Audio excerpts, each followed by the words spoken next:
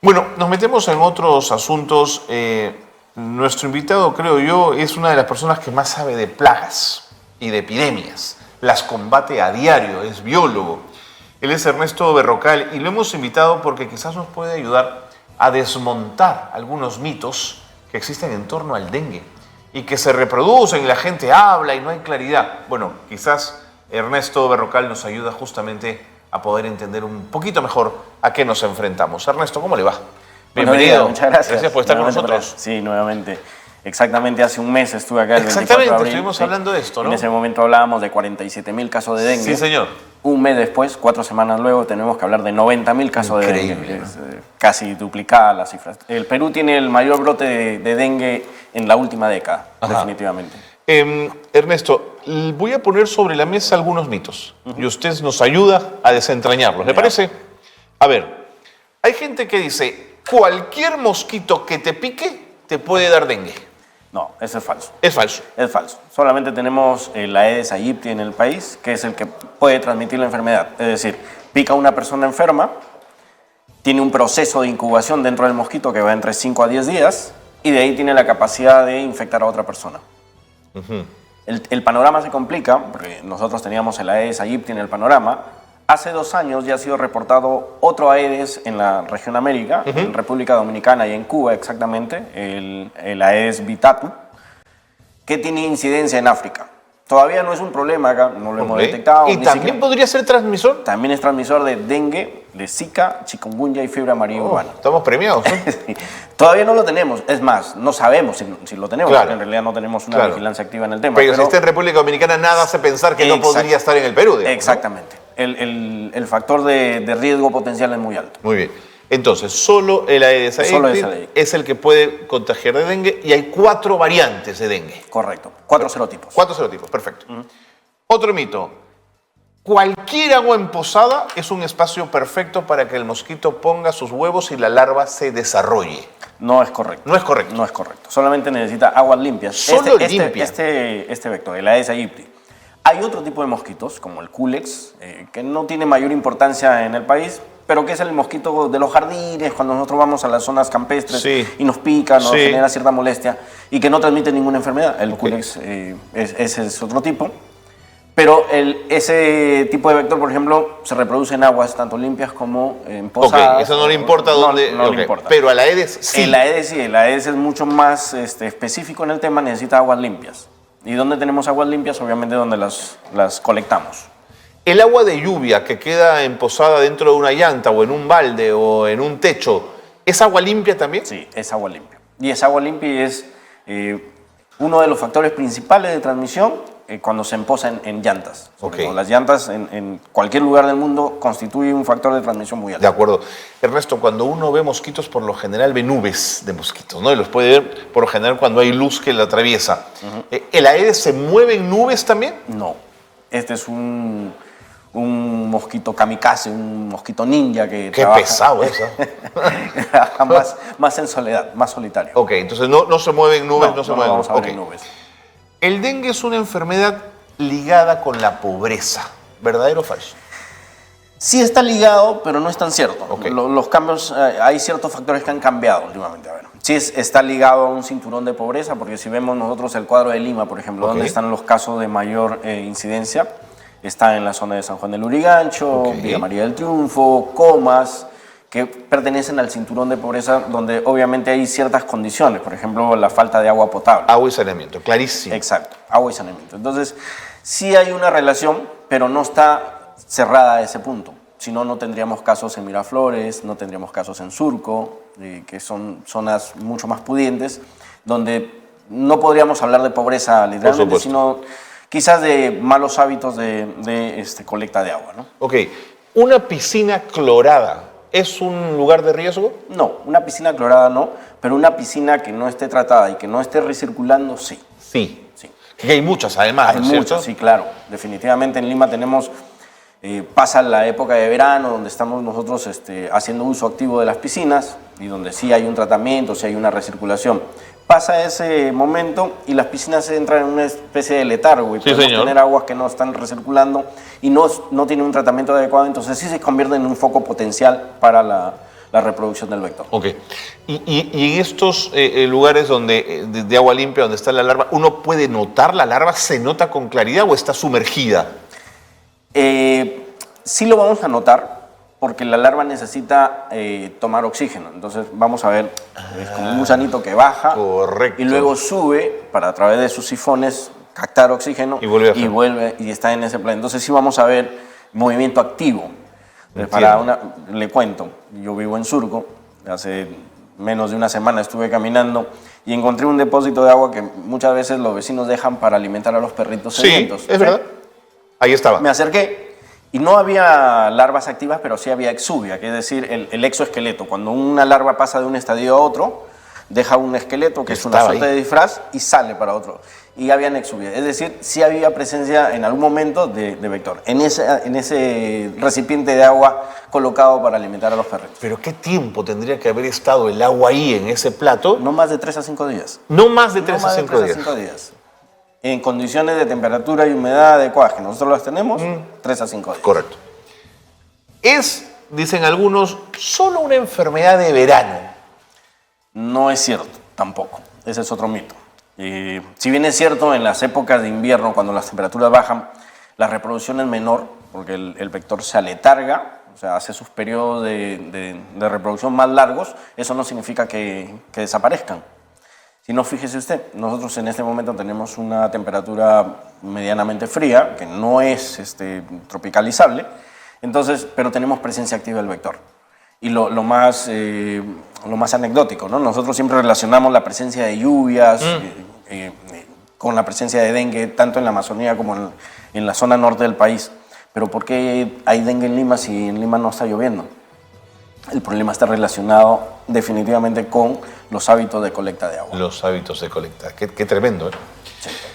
Sí. Hay quienes dicen, no te acerques a una persona con dengue, te va a contagiar. No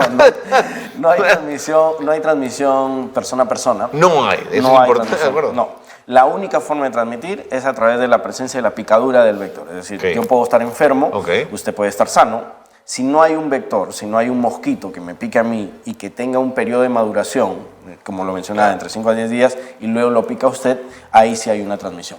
Es la única forma de transmitir. Por lo tanto, un enfermo en casa puede ser tratado por la familia sin ningún temor. Sin ningún temor, sin ningún problema. Lo que sí hay que evitar es que en esa casa donde está la persona enferma haya presencia de zancudo. Claro. De acuerdo. El mosquito del dengue solo pica de día.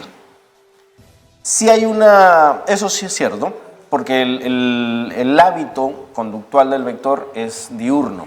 Es decir, pica en las mañanas, entre las 6 de la mañana y las 12 del día. Entonces, en la tarde también, cuando se pone el sol, ¿no siente usted que los mosquitos pican más? Sí. Pero hay que ver qué tipo de mosquito. El Aedes típicamente no es su horario. Por eso es que las actividades de desinsectación, las mal llamadas fumigaciones, se hacen generalmente siempre en las mañanas. Es el mejor momento. Es el mejor momento para atacar. Porque el mosquito está ahí dando vueltas, está activo. Exactamente, está muy activo, está moviéndose desde el momento de poder atacar. De acuerdo. En su experiencia con el tema de las plagas, ¿ha entrado alguna casa infestada de mosquitos Aedes? Que era una cosa impresionante. En Lima sí, yo he tenido experiencia trabajando varios años en Iquitos, así que conozco el tema y conozco la picadura de los zancudos. En Lima también tenemos ese tipo de problemas porque no tenemos un adecuado control, como le mencionaba. Y nosotros muchas veces, el ministerio mismo, piensa que las fumigaciones es la mejor forma de controlar el problema. Y no siempre es así. La fumigación solamente tiene un impacto, digamos, del 20 o 30%, no más de eso. Y tendría que hacerse continuamente, es decir, interdiario, durante un par de semanas. Eso demanda mucho esfuerzo económico, mucho personal, y no es efectivo, como le decía, porque hay casas que son renuentes, que no permiten el ingreso de las personas. No, claro, por o hay casas abandonadas. O hay casas abandonadas. También. Y esas sí se convierten en los focos de... Usted puede tratar 10 casas en la manzana, pero con que tenga 2 o 3 que no ingresen, las casas abandonadas se convierten en los focos de transmisión. Interesante. ¿Cuál es el ciclo de vida del mosquito? ¿Cuánto vive el mosquito? El Aedes. El Aedes hembra puede vivir entre 20 a 30 días. Es un montón. Más. Pensé que iba a decir 2 o 3 días. No. No. No. O sea, que puede picar N personas. por lo menos en ese tiempo, en ese lapso de vida puede tener entre 12 a 16 generaciones, ¿no? Es decir, reproducciones que van entre 200 a 300 huevecillos por vez. En ese lapso de Increíble. tiempo. Me dice usted la hembra, vive ese tiempo. La ¿El hembra. macho también? No, el macho vive menos. Casi en todas las especies de los dípteros, los machos entre 15 a 17 días en vida silvestre. Las razones por las cuales vive tan poco no lo sabemos. No lo sabemos. Pero las intuimos. De acuerdo, Ernesto. Los antibióticos, ¿ayudan a enfrentar al dengue? No, ¿No recordemos es que cierto? esta es una enfermedad viral. Claro. Y como tal no hay un tratamiento directo o Ese es un efectivo. mito solamente también. paliativo, Claro. paliativo a los síntomas que tenemos, dolor de cabeza, Claro. malestar.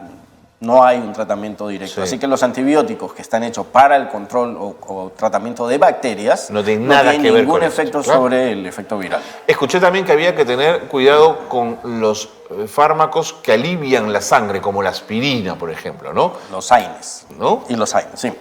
Esta es una enfermedad que se reproduce activamente en la sangre de las personas. Entonces, si nosotros tomamos tipo de medicamentos que van a diluir la sangre, vamos a hacer que esta sea mucho más fácil de recorrer y de distribuirse en órganos donde no queremos que llegue. Clarísimo. Fumigando, ¿matamos al mosquito y a la larva? No. El insecticida, como tal, está definitivamente dirigido al adulto, ¿sí? Y el adulto, como se le mencioné hace 4 semanas atrás, solamente representa el 10% del problema. El 90% del problema está en los estadios inmaduros, es decir, en los huevecillos, en las larvas y en las pupas, que son el estadio previo a la adultez. Entonces, cuando nosotros hacemos la fumigación, por eso es que le mencionaba que para hacer una efectiva campaña de fumigación tenemos que hacerlo por lo menos 3 veces por semana. Es decir, yo vengo un lunes, hago la actividad, regreso el miércoles, hago la actividad, regreso el viernes y hago la actividad para ir reduciendo la población que está generándose constantemente. Si no hago esa actividad, mi fumigación poco impacto puede tener. ¿Qué es lo que está pasando? Nosotros estamos apostando en este momento a lo que es las campañas de fumigación Claro. para eliminar el adulto. Pero el adulto no es el real problema. Sí, es cierto, es una sumatoria, va a ayudarme a controlar, pero el verdadero control está en los estadios inmaduros. Claro, porque si es como usted dice, que cada hembra deja 200 huevecillos, matando una hembra, igual nos quedan 200 en camino, ¿no es cierto? Exactamente. Y digamos que esos 200, la mitad sean hembras, son 100 que van a tener a su vez. Además, es un crecimiento exponencial. Por eso es que en época de verano, cuando está la reproducción activa, el caso es exponencial, es muy rápido la explosión. Ernesto, en su experiencia en plagas, ¿le ha sorprendido este incremento a la N de cantidad de mosquitos y casos de dengue? ¿O no le ha sorprendido? No, no me sorprendió. Es más, en círculos cercanos en los que yo he tenido oportunidad de conversar, en febrero de este año, ya cuando tuvimos el primer reporte de presencia de AES en distintos distritos del país, yo decía, con esta complicación que tuvimos con el fenómeno del Niño, los huaicos y el factor climático, dije, va a haber una explosión de dengue. Esperemos que el gobierno tome las acciones de prevención inmediata, cosa que no sucedió. En abril, ya cuando las cosas estaban bastante calientes, el colegio médico emitió una alerta para tomar acciones de prevención y llegamos al 24 de abril, casi a finales, ya con 47.000 casos. Estamos en mayo, 90.000 casos y la cosa parece que no va por buen camino todavía. Qué preocupante, ¿no? Y claro, si el fenómeno del Niño viene como parece que va a venir, ¿estos números podrían ser el doble o el triple? Fácilmente el doble, sí. La proporción, el problema y el real problema no está en la primera infestación. Digamos, a usted le dio dengue, lo trataron, se sanó. Digamos que viene una segunda ola y se vuelve a infestar. La segunda infección o la tercera infección podría ser un tema grave, que podría conducirlo a la muerte. Un dengue hemorrágico se llama, ¿no? Claro. Los mosquiteros, para dormir en las noches o para estar en las tardes, en los momentos en que puede haber más aedes o en las mañanas, ¿sirven, Ernesto? Sí, es parte de una estrategia, pero como le repito, todas las estrategias no pueden ser aisladas, tienen que ser en conjunto. Y el mayor efecto está en la capacitación a la comunidad. Totalmente. No hay forma de poder hacerle frente a esta enfermedad si es que no involucramos a las personas para que puedan hacer el control dentro de sus casas. Pero mira, Ernesto, yo estoy convencido que hay gente que no se le pasa por la cabeza que en un plato de agua de 2 o 3 días de un perro puede haber larvas de dengue. Es de verdad. Y mire, Mira que tú lo has visto en Surco, ¿no? hace un par de semanas atrás, o sea, ni siquiera estamos hablando de un tiempo considerablemente lejos, ¿no? Entonces hay que involucrar definitivamente a la comunidad. Yo sí soy un convencido de que tenemos que trabajar con los niños de los colegios, con gente en las sin duda, universidades, es una campaña enorme. para que ellos puedan formar parte de... Sí. El ministerio o el gobierno no tiene suficiente personal para poder combatir este momento. Estamos en un brote Correcto. y no podemos solamente basarnos en el tema de la fumigación. Ernesto Berrocal, muchas gracias por haber estado con nosotros. Gracias a usted, Gracias por Carlos. habernos ayudado a desnudar una serie de mitos en torno a ese tema. Muchas Muchas gracias. gracias por la invitación.